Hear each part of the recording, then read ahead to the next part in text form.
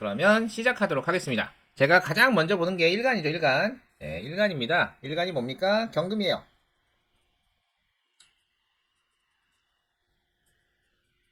자, 사주는 이제 음양오행, 목화토금수로 이루어졌는데, 이제 금오행이에요. 금오행인데, 금은 양기의 극성으로 간 양기를 배연해서 이제 음기로 이제 응축시키는 그런 역할을 담당을 하는데, 그 중에서 경금은 배연하는 역할이에요. 배연하는 역할. 흔히 저는 이제 도끼의 비유를 많이 하는데요. 도끼. 예, 도끼의 비유를 많이 하는데, 그래서 경금일가는 기본적으로 싸움을 잘합니다. 근데 이 싸움의 방향이 뭐 공부 쪽이라든가 뭐 돈 싸움이라든가 머리 싸움이라든가 이쪽으로 싸움을 잘하면 성공하는데, 사주에 예를 들어서 뭐 금만 많다거나 그러면은 진짜로 싸우러 다니는 경우가 생겨요. 예. 뭐 잘 풀리면 뭐 올림픽 금메달이라든가 아니면 뭐 UFC나 뭐 이런 쪽으로 빠지긴 하는데, 정말 안 풀리면은 음지에서 안 좋게 끝나는 경우도 있고요. 그리고 금은 매금이라 해서 토가 많은 걸 굉장히 싫어하거든요. 금일간, 경금일간인데 토가 많으면은 이제 매금이라고 해서 엉뚱하게 이제 방향을 못 찾고 방황하고 우둔해지는 경우가 생깁니다. 그게 이제 경금일간의 대체적인 특징이고요. 두 번째, 월지 봅니다. 월지. 이날이죠.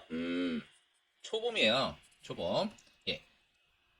초봄에는 이제 그 겨울 동안 이제 씨앗 상태로 있던 모기 뿌리를 내리고 이파리에 싹을 틔우는 그리고 되게 중요한 시기거든요. 그리고 한기가 남아 있어요. 그런 시기이기 때문에 경금은 아무것도 하면 안 됩니다. 초봄에는 경금이 아무것도 하면 안 돼요. 왜냐면은 이제 싹밖에 나지 않은 이런 목을 쳐버리면 안 되거든요. 경금이 활동할 땐 가을이에요. 가을에 이제 목이 다 자라서 그걸 이제 베어내고 동량을 쓸 때, 그럴 때 경금이 활약을 하는 거지. 초봄인 이월에는 가만히 있어야 돼요. 그래서 경금은 가만히 있고 계절이 계절다운 거를 굉장히 중요시 생각을 해요. 그래서 초봄에 싹이 한기가 남아있기 때문에 병화 중요하고요. 여기 있네요. 네. 그러고 목이 있으면 좋은데, 목은 월지랑 뭐 그 지장간 을목 요 정도밖에 없고, 그 정도 상태입니다. 갑병이 있으면 좋거든요. 근데 이제 병화만 떴고, 이 사주에서 좀 특징적인 부분이 이거네요. 인신충. 인신충을 하고 있습니다. 유일한 목을 배우자궁이 충을 하고 있고, 거기다가 이제 정임합을 하고 있어요. 이거는 좋다고 해야 되나 안 좋다고 해야 되나? 이 부족한 목기를 또 채워주거든요. 정화와 임수가 합쳐져서 이제 목기로 화해버리거든요. 그래서 이분의 초년 30세 이전까지 뭔가 옴짝달싹 못하고 좀 묶여있던 부분들이 이제 30세 이후에 풀리는 이런 양상을 보이게 되고, 더군다나 인신충을 하기 때문에 부모 곁을 떠나는, 뭐 배우자와 결혼하면서 떠난다든지 아니면 뭐 그런 일들이 발생을 하는데, 사실 이렇게 인신충 해버리면 이혼하는 경우도 가끔 있어요. 그래서 일단 여기까지 잡아놓고, 자, 돌싱 있어. 야, 나 마지막에 이런 얘기 안 했으면 어쩔 뻔했어. 와, 진짜. 네. 어쨌거나, 인신충이 있으니까, 알겠습니다. 자, 질문 볼게요. 자식복이 있는지 궁금하고요. 돌싱인데요. 재우는이 좋은지요? 이건 좀 세밀하게 봐야 돼요. 일단, 1번, 자식, 뭐, 몇 명이세요? 몇 명이시고, 성별, 나이, 뭐, 요런 거 좀 알려주시고요. 두 번째, 재혼운이 있냐고 물어보셨다면, 현재, 남자 있으세요?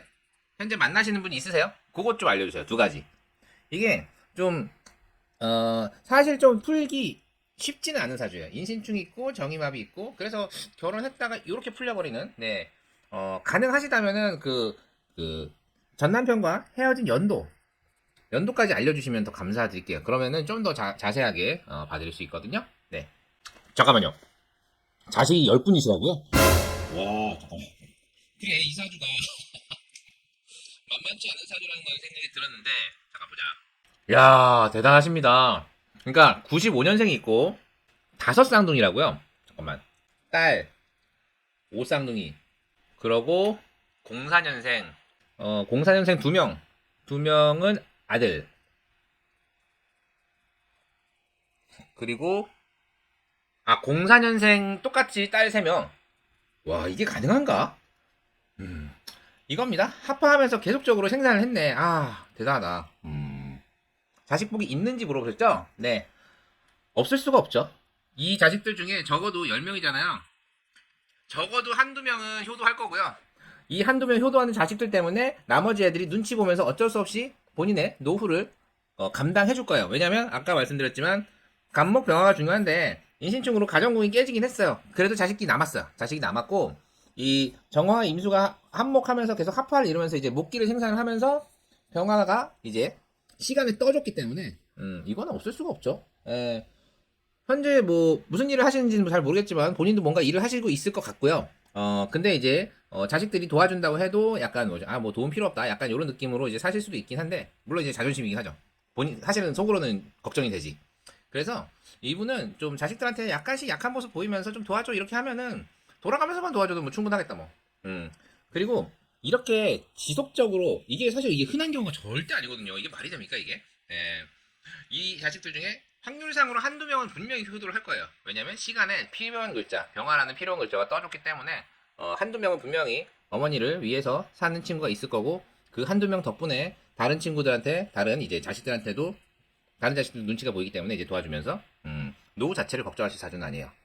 그러고 직업은 없으시고 하는 것이 있기는 있어요. 근데 그게 뭐 남한테 손 벌릴 정도로 뭐 이 정도는 아닐 거예요. 그러니까 예를 들어서 진짜 나 혼자 먹고 살 정도로 뭔가 하는 일이 있긴 있을 거예요. 그 정도로 예상이 되고요. 어 그래서 일단은 뭐 자식복이 얘네들이 다 내 말을 듣진 않는데 적어도 한두 명은 나를 위한 자식이 있다. 네, 그 정도 생각해 주시면 좋을 것 같고요. 재혼 현재 만나시는 분 있으세요? 재혼 저는 만약에 외롭다. 외로우시다면은 뭐 그냥 남자친구 요 정도로 끝내기를 권해드리고요. 진짜로 재혼을 원하신다면은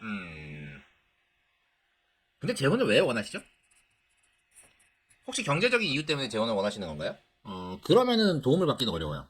그냥 마음의 안정과 뭐 좀 외로움을 달래는 요 정도의 남자를 만날 수는 있는데 예를 들어서 남자한테 경제적으로 이제 기대냐? 기댈 수는 없어요. 남친이 있으시고 남친분이 있으시고 74년 또 연하죠. 그러니까 이분이 능력자시라니까요. 어, 지금 남친분을 만난 이유가 아예 그렇게 만나시면 돼요. 그러니까 남친분을 만나시는 이유가 뭐 나의 외로움을 달래는 거면은 이분이 능력자기 때문에 언제든 만날 수 있고요. 이 남자 아니더라도 또 만날 수 있어요. 근데 이제 남자에게 경제적인 뭔가 조력을 바란다. 요건 조금 힘들어요. 어떤 분을 만나셔도. 그리고 본인의 노후는 자식 중에 한두 명이 분명히 책임질 거예요. 그거는 걱정 안 하셔도 돼요. 그러니까 예를 들어서 남은 인생을 요새는 뭐 100세 시대긴 하지만 남은 인생을 나 외롭지 않게 그리고 경제적으로 어렵지 않게 그렇게 살고 싶다 요 정도의 소박한 꿈을 가지고 계시다면 충분히 이루실 수 있고 본인도 그만한 능력이 되세요. 좀 와 닿으시나요? 저는 이분이 뭐 경제적인 능력이 없다? 이거는 절대 그렇게 보지 않아요. 만약에 지금이라도 뭐 밖에 나가서 뭐 돈을 벌어온다? 저는 그 정도 능력은 충분히 있으신 분으로 생각이 되거든요. 본인은 어떻게 생각하실지 잘 모르겠지만 네. 그래서 저는 이때까지 저는 깜짝 놀랐어요. 이런 사주 중에서 이렇게 하는 경우가 굉장히 뭐 5%에서 10%밖에 안 됩니다. 예. 이게 드문데 그러니까 사주를 볼 때 그냥 막 찍으면 안 돼요. 이렇게 합파하는 오행이 어느 쪽으로 이분은 자식 쪽으로 튄 건데 어느 쪽으로 튀는지도 좀 철저히 검증 필요하고 그렇습니다. 남친하고 잘 맞냐고요? 사실 지금 저 뒤에 밀려서 그 남친분하고 제가 궁합은 못 봐드려요. 이 라이브에서 궁합은 못 봐드리는데 잘 맞는지까지는 제가 슬쩍 보고 올게요. 네, 슬쩍. 기본적으로 사주가 이렇게 짜여지면은 이 남자가 그 지금 찬님한테 좀 뭐라 하죠? 심적 위로나 안정을 받겠네요. 좀 약간 매달리는 스타일이랄까? 그러니까 찬님은 약간 이분을 대할 때 약간 여유롭죠. 예. 그러니까 이분이 찬님을 더 원하는 그런 구조라고 보시면 돼요. 그러니까 만약에 헤어져 이런 말이 나오면 찬님한테 나오지 이분한테 나오진 않을 거예요. 이분이 만약에 뭐 찬님한테 뭐 헤어져 이런 얘기가 나온다면은 그 이유는 이 남자친구분이 원하는 부분을 많이 못 들어주고 뭐 요래서 뭐 그런 거지. 그러니까 약간 남자가 여자를 더 좋아하는 이런 관계라고 보시면 됩니다. 네, 나쁘지 않아요. 나쁘지 않고 오히려 이런 관계는 찬님한테 훨씬 유리한 관계예요. 그러니까 있잖아요. 그 좋아하는 정도가 서로 달라요. 남자가 여자를 좋아하고 여자가 남자를 좋아하고 뭐 서로 좋아해서 결혼하고 뭐 이런 거 있지만 이 경우에는 남자가 여자를 더 좋아하는 이런 관계라고 보시면 되겠습니다. 그쵸? 예, 남자가 더 잘해주죠? 예. 그래서 향후 인생은 약간 프리하게 가시면 돼요. 찬님 같은 경우는 엄청 애국자죠. 지금 자식이 10명이래요. 이거는 그만큼 이제 국가에 할 일 다 하셨으니까 자식들 중 한두 명은 분명히 효자예요. 효자입니다. 그래서 그 친구들 믿고 그리고 내 능력도 만만치 않거든요. 먹고 사는 능력은 뭐 기본적으로 탑재하고 계시거든요. 그래서 뭐 그렇게 위기가 닥치면 자식들한테 얘기하고 그리고 이제 나의 외로움을 달래는 정도로 이제 남자 만나시고 그러시면 뭐 해피한 라이프 이제 향후 하실 수 있을 것 같습니다. 네. 그러면 예, 차님 사주는 여기까지 봐드리도록 하고요. 예, 구독과 좋아요, 알림 설정 꼭 부탁드릴게요. 네. 그러면은 그 다음 분이 금전이요? 알았어요. 금전 많이 어려우세요? 잠깐만요. 대세운 한번 볼까요? 자, 금전 부분이 현재 어려우시다는 얘기죠. 그러니까 대운 교체기가 내년이 대운 교체기네. 병신대운에. 지금 2024년부터 병신대운이고요. 병신대운이고 현재 대운은 14년부터 정유대운이니까 정유대운. 그리고 올해 개묘년. 작년이 이민년. 보자. 작년에 힘들었겠구나. 인신청 지대로 맞았네. 지대로 맞고. 예, 재적 산신이 확실히 있었네요. 작년에 뭔가 해먹었어. 돈 좀 해먹었어요. 그 부분이 좀 아쉽네. 올해 개면연 묘술합하기 때문에, 올해 조금씩 풀릴 거고요. 확실하게 풀리는 거는 이제 올해 말 정도는 어느 정도 풀릴 거예요. 예. 그래서, 좀 더 버티셔야 돼. 예. 좀 더 버티셔야 되고, 근데 이제 다음 대운이 지금 병신대운이거든요? 병신대운인데, 천간은 괜찮은데, 지지에서 또 인신충을 하기 때문에, 좀, 재적 산실이 엿보입니다. 이거는 좀 자식들한테 많이 얘기해서 매달리고 그리고 이제 본인이 무언가 결정을 할 때 승질을 내면서 결정하시면 절대 안 돼요. 앞으로는 정말 신중하게 가셔야 됩니다. 특히나 내년 2024년에 대운이 교체가 되는데 요때 좀 돈을 좀 많이 까먹을 운이 오거든요. 그렇기 때문에 절대 승질 부리지 마시고 철저하게 머릿속을 계산해서 그렇게 가시면 좋을 것 같아요. 네.